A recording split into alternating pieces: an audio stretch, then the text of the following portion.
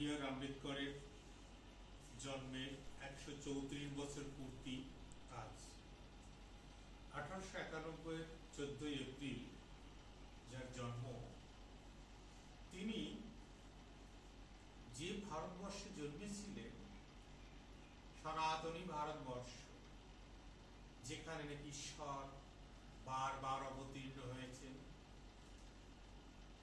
সমস্ত জগৎ স্রষ্টার অধিপতি সেই ভগবান ব্রহ্মা, বিষ্ণু, শিবের আবির্ভাব যে দেশে, সে দেশেই জন্মগ্রহণ করার পর তিনি দেখলেন ঘৃণা, অস্পৃশ্যতায় পরিপূর্ণ এই দেশ, যেখানে মানুষ মানুষকে ঘৃণা করে, মানুষ মানুষকে অস্পৃশ্য করে রাখে। সেই দেশে জন্মানোটাই যেন ঈশ্বরের বিধান হয়ে দাঁড়িয়েছে, এবং জন্মের পরে এই যন্ত্রণা সহ্য করাটাও ঈশ্বরের বিধান বলে এখানে ঘোষিত। এখানে মানুষ ঘৃণিত বা স্পৃশ্য বা দলিত কেন, সেটা এই বলে ঘোষিত, এটা তাদের পূর্বজন্মের কর্মফল, এটা তাদের জন্মের কারণ। কারণ ভগবান ব্রহ্মা যখন সৃষ্টি করেছিলেন, তখনই শূদ্র নামক এক জীব, যাদেরকে মানুষ রূপে তিনি তার পদযুগল থেকে তৈরি করেছিলেন, বাকি ক্ষত্রিয়, বৈশ্য এবং ব্রাহ্মণের সেবা করার জন্য। অর্থাৎ এহেন দেশে স্রষ্টাই যখন বিভাজন করেন অস্পৃশ্য, শ্রেষ্ঠ, এইসব বলে, সেক্ষেত্রে মানুষের আর কোনো বিধান থাকে না। কারণ সামাজিক বিধান যখন বন্ধ হয়ে যায়, সামাজিক রাষ্ট্রীয় সমস্ত দিক যখন বন্ধ হয়ে যায়, তখন অজ্ঞ, অন্ধ, অসহায় মানুষ ঈশ্বরের প্রতি আস্থা রাখে। আর সেই ঈশ্বরের হাত দিয়ে যদি মানুষের এই বর্ণ ব্যবস্থা তৈরির ঘোষণা, মনুসংহিতা, আইনের গ্রন্থ দিয়ে দেওয়া যায়, তাহলে পাকাপোক্তভাবে একেবারে বলা যায় সারা জনমের মতো যুগ যুগ ধরে সেই আইনের সংহিতা, মনুর সংহিতা দিয়ে দেশ শাসন করা যায়। অথচ ভাবা যায় যে সনাতনী দেশ, এই দেশ কাদের? আমরা তো বলি এই পৃথিবীটা ঈশ্বরের, দেশ, মাটি, পৃথিবী সব ঈশ্বরের, মাতা ধরিত্রী সেও ঈশ্বরের সৃষ্টি। আমরা যখন একদিকে এই দর্শন দিয়ে নিজে মহৎ হয়ে যাই, পর মুহূর্তে আমরা আবার সেই মাটি ভাগাভাগি নিয়ে এক অপরের সঙ্গে সংঘর্ষ হয়ে এক অপরকে হত্যা করিয়া ভাবা যায়। আসলে মূল কথা অন্য জায়গাতে। এই পৌরাণিক ধর্মীয় আবরণ দিয়ে মানুষকে ভুলিয়ে রাখা, তার মূল হচ্ছে অর্থনৈতিক আধিপত্য, সামাজিক আধিপত্য, প্রাতিষ্ঠানিক আধিপত্য, এটাকে কায়েমে রাখা।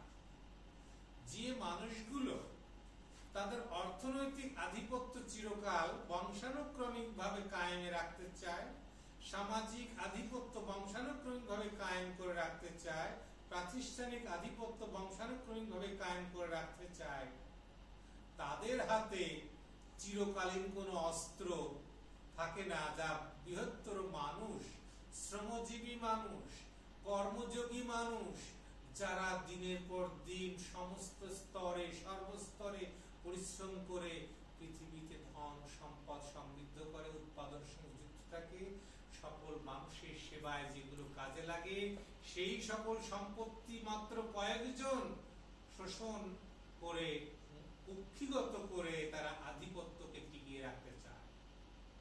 কারণ জানে বংশানুক্রমিক ভাবে আধিপত্য টিকিয়ে রাখার মূল অস্ত্র হচ্ছে অর্থনীতি, এবং সামাজিক এবং প্রাতিষ্ঠানিক আধিপত্য টিকিয়ে রাখতে হবে। আর এর জন্য ওই বৃহৎ শ্রেণী মানুষকে যেন সংঘবদ্ধ না হতে পারে, তারা যেন তাদের প্রতি অন্যায় করা, তাদের প্রতি ঘৃণা করা, এর বিরুদ্ধে গর্জে না উঠতে পারে, সংগঠিত হয়ে বিদ্রোহ না করতে পারে, সে কারণে পৌরাণিক এবং ধর্মীয় গল্প উপাখ্যান দিয়ে, ধর্মীয় নির্দেশনা দিয়ে, ধর্মীয় আইন দিয়ে, ধর্মীয় নিয়ম কানুন দিয়ে সেগুলোকে আমরা তাদেরকে প্রতিহত করতে চাই, প্রতিরোধ করে রাখতে চাই। কারণ ধর্মীয় আইন কানুন, ঈশ্বরের নামে আইন, সেটা দিয়ে প্রতিরোধ করার জন্য রক্তক্ষয় করতে হয় না, অস্ত্র লাগে না। অসংখ্য মানুষকে একটা ঈশ্বরের নামে মন্ত্রে তাকে দুর্বল করে দেওয়া সহজ, তার সংঘবদ্ধ ঐক্যটাকে মুখ ফিরিয়ে দেওয়া সহজ, তার বিদ্রোহ বিপ্লব ভেঙে দেওয়া সহজ, তার প্রতি অন্যায় অত্যাচার বিধানটাকে যদি ঐশ্বরিক বিধান বলে চালিয়ে দেওয়া যায়, পূর্বজন্মের কর্মফল বলে যদি চালিয়ে দেওয়া যায়, তাহলে সে আর কখনোই মাথা তুলে গর্জন করতে পারবে না। এটা হচ্ছে পলিটিক্স। এই পলিটিক্স চলছে যুগ যুগ ধরে, সর্বদেশে সর্বকালে। ভারতবর্ষের মানুষ সেটা সজাগ হয়েছে, সুন্দরভাবে উপলব্ধি করতে শিখেছে তার জীবন দিয়ে। অস্পৃশ্যতার শিকার হয়ে, ঘৃণার শিকার হয়ে, ঘৃণিত হয়ে, অত্যাচারিত হয়ে, শোষিত হয়ে সে মর্মে মর্মে উপলব্ধি করেছে জন্মের পর জন্ম, প্রজন্মের পর প্রজন্ম, বংশের পর বংশ দাসত্ব স্বীকার করে, ঘৃণার কাজ করে এবং সমস্ত লেখাপড়া করা, বেদ অধ্যয়ন, উচ্চ শিক্ষা লাভ করা, প্রাতিষ্ঠানিক শিক্ষা লাভ করা, প্রাতিষ্ঠানিক চাকরি পাওয়া, প্রাতিষ্ঠানিক শীর্ষস্থানে যাওয়া, সমস্ত জায়গা থেকে বঞ্চিত হওয়া, এই সমস্ত বিষয়ে যে যখন সে বুঝতে পেরেছে যে এগুলো আইন দ্বারা এবং অঘোষিত আইন এবং মনুবাদের আইন দ্বারা মানুষকে প্রতিহত করা হয়ে এসেছে, সেই জন্য তার দ্বারা আর মাথা তুলে দাঁড়ানো সম্ভব হতো না। সম্ভব হলো কখন? যুগে যুগে মানুষ বিপ্লব করেছে কোন কোন একজন ব্যক্তি, সে দেখেছে যে এই বিধান একটা হচ্ছে পৌরাণিক বিধান, একটা সামাজিক বিধান।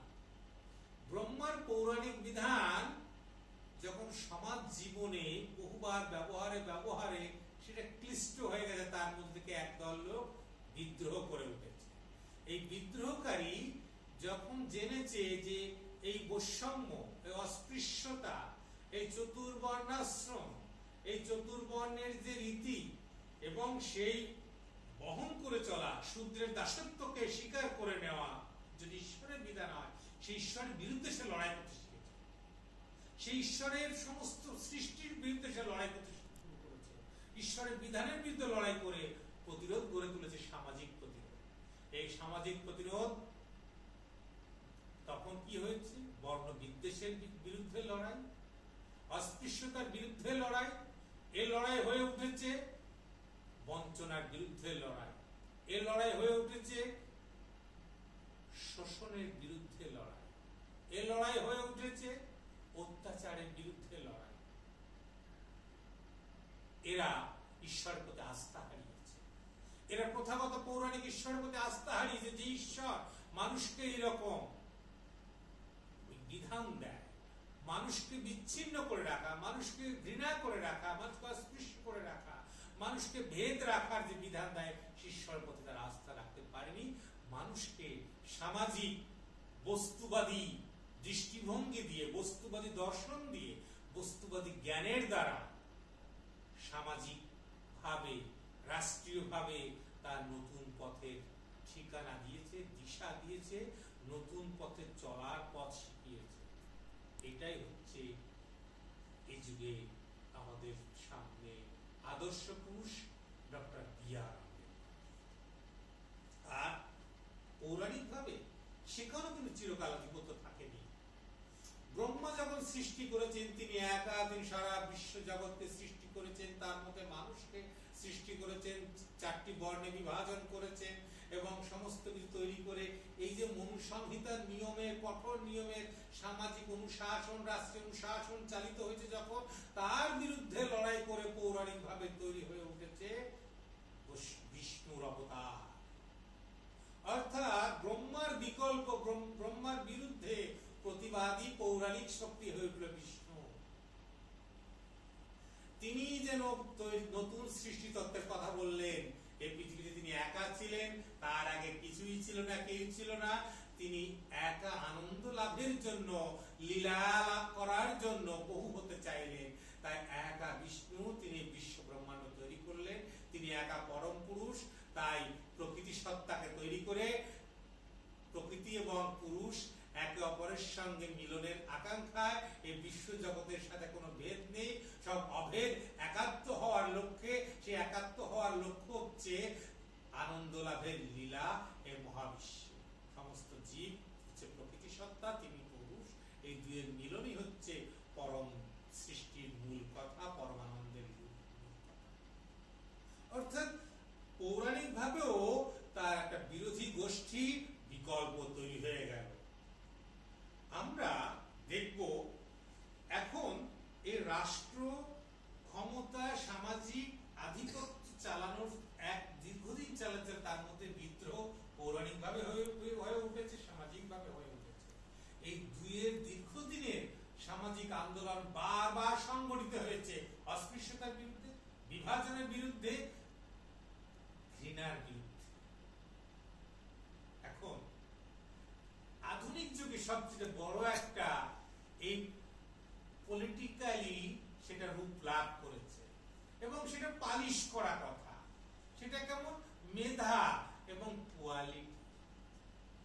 মেধার নামে, কোয়ালিটির নামে এই বর্ণ ব্যবস্থাকে চালু করছে। তারা ধরেই নিয়েছে বংশগতি সূত্রেই মেধা পায়, বংশগতি সূত্রেই তাদের কোয়ালিটি তৈরি হয়।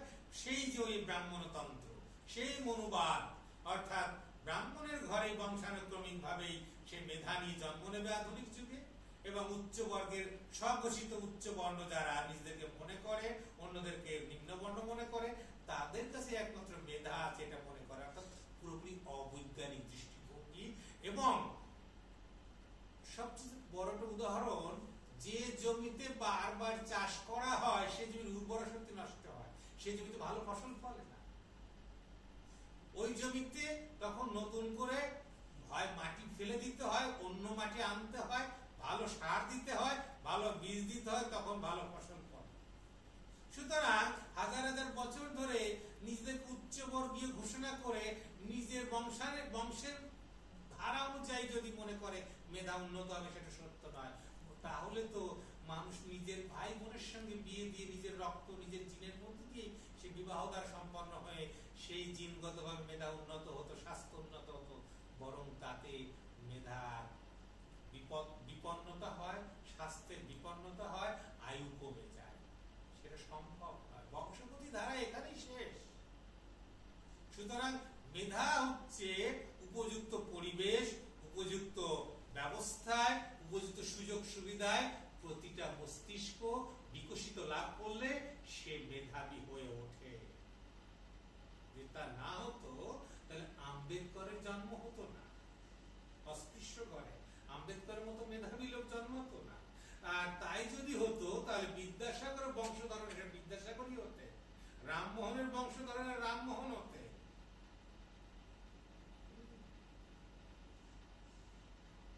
যদি তাই হতো। এবং আমরা দেখতে পাই এই মেধা দিয়ে বিভাজন করছে আধুনিক সমাজ। সমস্ত রাজনৈতিক দলের লোকেরা সেখানে দখলদারিতে আছে, ক্ষমতার নীতি নির্ধারণে স্বঘোষিত উচ্চবর্গীয় ব্যক্তিরা, উচ্চ বর্ণের ব্যক্তিরা। তারা নিজেদের ক্ষমতা যখন গণতান্ত্রিক সংখ্যাগত দিক থেকে যখন তারা স্বল্পতায় ক্ষমতা হারানোর বিপন্নতা দেখে, তখন মেধা নামক একটা জাদুযন্ত্র সামনে আনে, কোয়ালিটি নামক একটা জাদুযন্ত্র সামনে আনে। তারা পূর্বপুরুষের বংশগতির উচ্চ ধারণাটাকে সামনে, মানুষের সামনে তুলে ধরে। অর্থাৎ মানুষ যেন তার এই তিনটি দ্বারা মুগ্ধ হয় এবং নিজেকে প্রমাণ করে তার মেধা নেই। অসংখ্য মানুষ সে তখন ভাবে হাজার বছর আগেও তাদের মেধা ছিল না, তাহলে এখনো। সেই জন্য এইসব অযোগ্য স্বঘোষিত ব্যক্তিরা তাদের শুধুমাত্র অর্থনৈতিক আধিপত্য, সামাজিক আধিপত্য, প্রাতিষ্ঠানিক আধিপত্য টিকে রাখার জন্য সার্বিক উন্নয়ন হয় না, দেশের সার্বিক উন্নয়ন হয় না, জাতির অস্পৃশ্যতা দূর হয় না, ঘৃণা বোধ দূর হয় না, মানুষের শিক্ষার বিস্তার লাভ করে না, কোথাও মানুষের শান্তি লাভ হয় না, সেই বরং এর ফলে জাতিতে জাতিতে বিভাজন বাড়ে, ধর্মে ধর্মে বিভাজন বাড়ে, এতে আরো সংকট বেড়ে যায়। দেশে অসংখ্য মানুষ, অসংখ্য যারা মস্তিষ্ক নিয়ে জন্মেছে, মেধা নিয়ে জন্মেছে, তারা উপযুক্ত পরিবেশ, সুযোগ সুবিধা গণতান্ত্রিক সমাজ ব্যবস্থায় সেটা পাওয়া উচিত, পাওয়ার কথা রাষ্ট্রের, সেটা নির্ধারণ করা উচিত, সুষম বন্টন করা উচিত। রাষ্ট্র যেখানে সেটা বন্টন করতে পারছে না, বরং রাষ্ট্র কি করছে, অযোগ্য লোকেরা নিজেরা ক্ষমতায় টিকে থাকার জন্য সমস্ত মানুষের মধ্যে বিভাজন প্রক্রিয়া কিভাবে করা যায় সেই বিভাজন প্রক্রিয়াটাকে চিরকাল বজায় রাখার চেষ্টা আছে, কখনো ধর্ম দিয়ে, কখনো জাতি দিয়ে, কখনো বর্ণ দিয়ে, কখনো উঁচু নিচু ভেদ দিয়ে, কখনো ঘৃণা দিয়ে, নানা রকম ইস্যুতে মানুষকে বিভাজিত করে রাখছে। আর এই বিভাজিত মানুষ পরস্পরের মধ্যে লড়াই সংঘর্ষ নিয়ে এমন মত্ত হয়ে আছে যে তাদের সামনে যে প্রশাসক গণতান্ত্রিক ভাবে প্রতিনিধি, তারা তখন অযোগ্যতাকে যোগ্যতার মাপকাঠি দিয়ে গিয়ে তারা কি করছে, অযোগ্যটাকে আড়াল করছে, সেটাকে যোগ্যতা বলে মনে করে তারা আনন্দে হাসছে, আধিপত্যকে চিরকালীন করার জন্য অর্থনৈতিক এবং সামাজিক ও রাষ্ট্রীয় আধিপত্যটাকে কায়েমে রাখার জন্য তারা মানুষকে বিভ্রান্ত করছে, মানুষ এটা বুঝতে পারছে। ধরা যায় প্রত্যেকেই তো ঈশ্বরের সৃষ্টি, আল্লাহর সৃষ্টি, গডের সৃষ্টি, তাহলে এই পৃথিবীটা তো কেউ নিয়ে জন্মগ্রহণ করে, কোন মাটিকেও নিয়ে জন্মগ্রহণ করেনি। এই মাটিটাকে অসংখ্য মানুষকে বঞ্চিত করে কয়েকজন ভোগ করবে বলে নিজের নাম এসে রাখতে চেয়েছে, দখলে রাখতে চেয়েছে। যখন সামাজিক আইনে সেই দখলে রাখতে পারছে না, ভূমি সংস্কার আইনে সেটা চলে যাবে, তখন কি করছে, ঈশ্বরের নামে দেবতার নামে দেবতার করছে, কখনো বা আল্লাহর নামে সেই জমি রেখে দিচ্ছে। পক্ষান্তরে সেই কায়েমি স্বার্থ বাজেরাই ভোগ করার চেষ্টায় আছে। যারা ভারতবর্ষকে হিন্দুস্তান আখ্যায়িত করেছে, ভারতবর্ষকে হিন্দুস্তান আখ্যায়িত করেছে, তারা তো হিন্দুস্তানের অধিবাসী নয়, আদি অধিবাসী নয়, তাদের তো এখানকার কোনো জমি থাকার কথাই না। তারা এখানে রাজত্ব করেছে, মানুষের সঙ্গে মিশে গেছে, প্রতিবেশী হিসাবে এসে বসবাস করেছে, সেটুকুই তাদের। অবশ্যই তারা এখানে অতিথি হিসাবে তারা এখানকার মানুষ হয়ে গেছে, যথেষ্ট। কিন্তু এখানকার জমি কবে আল্লাহর নামে লেখা হয়ে গেল সেটাও মুশকিল। আবার এখানকার জমি কবে মা দুর্গার নামে লেখা হয়ে গেল, মা কালীর নামে লেখা হয়ে গেল, অবাক কাণ্ড। তাহলে সমস্ত ভারতবর্ষ দেবতার নামে লিখে দাও, সমস্ত ভারতবর্ষ আল্লাহর নামে লিখে দাও। আল্লাহ চালাক, দেবতা চালাক, মানুষের ভোট দরকার নেই গণতান্ত্রিক, মানুষের উপর খবরদারি করার দরকার নেই, মানুষ কারোর দিকে কেউ তাকানোর দরকার নেই, চুপচাপ নিষ্ক্রিয় বসে থাকো। আল্লাহ তিনি ভাত দেবেন, ঈশ্বর তিনি ভাত দেবেন, তিনি সমস্ত কিছু, চাকরি দরকার নেই, কর্ম দরকার নেই, কিছু দরকার নেই। দরকার যখন কর্মের, দরকার যখন খাদ্যের, দরকার যখন স্বাস্থ্যের, দরকার যখন বেঁচে থাকার, তখন এই ধরনের হিংসাগুলো দূর করা দরকার, এই ব্যবধান দূর করা দরকার, এই মানসিকতা দূর করা দরকার। আমাদের এই সব নিয়ে ভুলে থাকার সময় নয় এখন। আমাদের ভুলে থাকার সময় নয় ধর্ম নিয়ে মারামারি করা, সময় নয় আমাদের জাতি নিয়ে মারামারি করার সময় হচ্ছে আমাদের জাতি, ধর্ম, বর্ণ এগুলোকে পাশে অন্তরালে সরিয়ে রেখে যাতে আমাদের সুন্দর স্বাস্থ্যবান সন্তান তৈরি হয়, সুন্দর জীবন তৈরি হয়, আমরা যেন প্রত্যেকে সুকর্ম পাই এবং সুন্দর কর্মের মাধ্যমে দেশ ও জাতিকে সুন্দর করে গড়ে তুলতে পারি, আগামী বিশ্বে একটা নাগরিক হয়ে উঠতে পারি, এটাই হচ্ছে আমাদের আসল কথা। এই নাগরিক হওয়ার জন্য, যথার্থ মানব হওয়ার জন্য আমাদের সততার সঙ্গে সেইখানে দাঁড়ানো হচ্ছে আসল কথা। আমাদের এখন সংকটের কাল তৈরি করা নয়, সংকট তৈরি করার সময় আমাদের এখন নয়।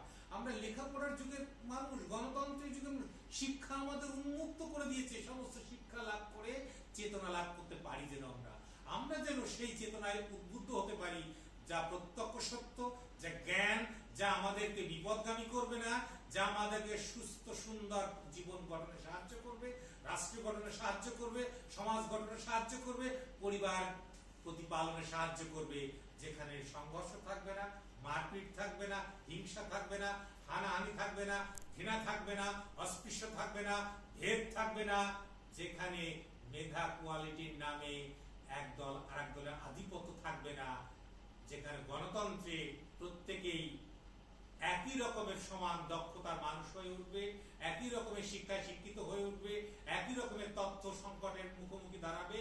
তাই তখন আমরা গণতান্ত্রিক বিশ্বে আমরা যে জনপ্রতিনিধি তৈরি করি, যে কোনো মানুষকে জনপ্রতিনিধি হিসেবে আমরা আমাদেরকে পরিচালনার দায়িত্ব দিতে পারবো এবং আমাদের রাষ্ট্রকে পরিচালনা করবে, সমাজকে পরিচালনা করবে। আর এই শিক্ষার অভাব আছে গণতন্ত্রের দেশেও, অগণতন্ত্র, অসাম্য এমন ভাবে জুড়ে বসে আছে যা আমাদের দূর করা দরকার। দূর না করলে এখনো পর্যন্ত আমাদেরকে জনপ্রতিনিধি না পাঠিয়ে আমরা নেতা পাঠাচ্ছি। গণতন্ত্রের নেতার কোনো জায়গা নেই। গণতন্ত্রের প্রতিনিধি যাবে, যে প্রতিনিধি যাবে সেই আমার সংকট থেকে মুক্তি করবে, আমাদের সংকট সম্পর্কে তার সম্যক ধারণা থাকবে, আমাদের উন্নয়ন সম্পর্কে সম্যক ধারণা থাকবে। ধারণা তারও নেই, জনগণেরও নেই, যে কারণে যে কেউ নিজের নামে ক্যাম্পেনিং করে, প্রচার চালিয়ে, মিথ্যা প্রতিশ্রুতি দিয়ে সে নেতৃত্ব লাভ করে এবং রাষ্ট্র চালনা করে, সমাজ চালনা করে, প্রতিষ্ঠান চালনা করে। এটাই হচ্ছে আমাদের সংকট, এটাই হচ্ছে আমাদের সবচেয়ে যন্ত্রণার জায়গা।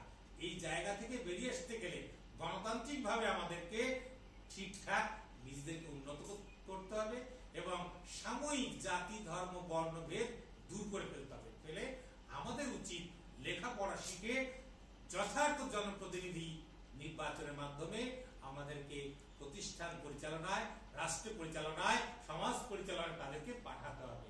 এটা হচ্ছে আমাদের আম্বেদকরের জন্মদিনে সবচেয়ে বড় মন্ত্র, বড় প্রতিজ্ঞা। নমস্কার।